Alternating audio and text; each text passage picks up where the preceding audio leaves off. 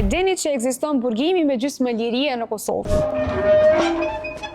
I burgosuri del gjatë ditës e kthehet në mbrëmje në burg. Të burgosurit në Kosovë mund të dalin gjatë ditës për të punuar, të kryer trajnime profesionale ose obligime familjare dhe të kthehen në burg në mbrëmje për të bërë gjumen. E këtë e lejon Kodi Penal i Republikës së Kosovës kur vendos rregullat mbi ekzekutimin e dënimeve. E cila kategorie të burgosurve e ka këtë privilegj? Kryesisht ata që nuk kanë bërë krime të rënda dhe që nuk janë përsëritës të veprave të tyre, që sillen mirë në burg dhe janë të angazhuara në punë apo trajnime brenda qendrës korrektuese.